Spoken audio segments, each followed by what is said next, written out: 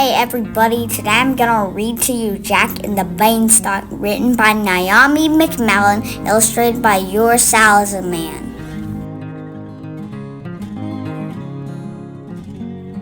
Once upon a time there was a poor boy named Jack. He and his mother were so poor they didn't even have enough to eat. One day, when there was nothing left at all, Jack set out for the market to sell the family cow. As he went on his way, Jack met an old man who offered him magic beans in exchange for the cow. Magic beans, thought Jack. Won't mother be surprised? And so he happily accepted 5 small beans.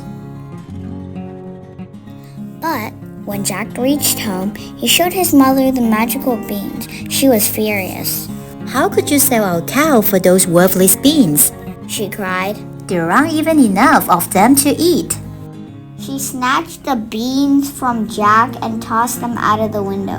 Jack hung his head in shame. The next day, before sunrise, Jack woke up and discovered the giant beanstalk growing right outside the window. The beans were magical after all, thought Jack. Jack decided to climb up the beanstalk to see where it might lead. Up he climbed through the morning mist clouds. At the top, he found a road that led to a castle. A lady child was working in the castle garden. "Excuse me," said Jack, "I'm hungry. Could you please give me something well to eat?" "Very well," she said, "but don't let my husband see you, for he likes to have little boys for breakfast." Inside, Jack happily munched on a piece of toast until he heard the thunder of giant footsteps. The giant's wife hid Jack inside the oven and busied herself setting the table. "Fee, fi, fo, fum. I smell the blood of a little one," said the giant. "You are mistaken," said his wife. "You are smelling the bones of the boy you had for supper yesterday." Luckily, he believed her. The giant ate a huge meal and fell asleep. From his hiding place, Jack noticed a bag of gold coins laying on the table. Silently, Jack crept over to the table and grabbed a bag of coins. Then he slipped out of the castle door, raced back to the beanstalk, and made his way home. Jack and his mother ate very well for a time.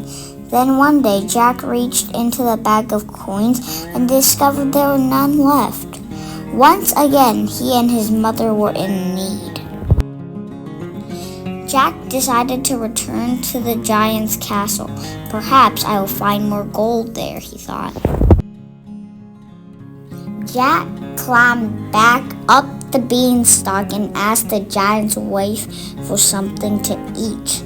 "I once fed a boy who stole my husband's bag of gold," she replied, squinting at him. "I've heard of that boy," said Jack, for he realized that she did not recognize him. "I'd remember his name if I weren't so hungry." And so the giant's wife decided that she would feed him.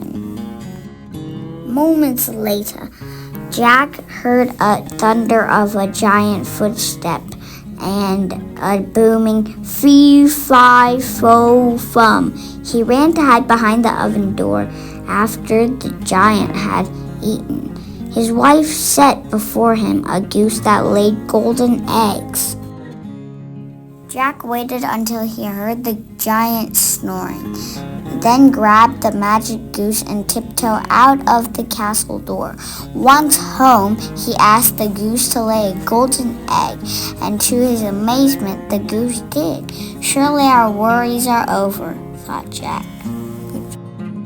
But one morning, the magic goose stopped laying eggs, and Jack couldn't understand why. The answer must be in the castle, thought Jack, so he decided to travel there once more. This time, Jack entered the castle on his own and hid the copper pot.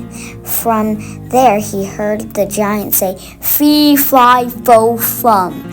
Jack peeked out of and saw him sitting on the table with a golden harp that sang to him. As soon as the giant was asleep, Jack grabbed the golden harp and ran, but the harp called out, "Master, master," and woke the giant before Jack could escape. Jack ran faster than the wind, but even so, the giant was quickly catching up. Jack made a good time down the beanstalk, but so did the giant. The earth was still a few feet away. Jack saw his mother and told her, "Bring me an axe, hurry." As soon as he hit the ground, Jack grabbed the axe and swung it with all his might, cutting into the trunks of the beanstalk. 1, 2, 3 whacks were all it took.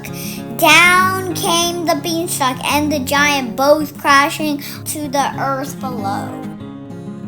The golden harp enjoyed its new home and sang happily each morning. And once again, the magic goose laid her golden eggs. At last, the days of worry were over for Jack and his mother. They lived happily ever after.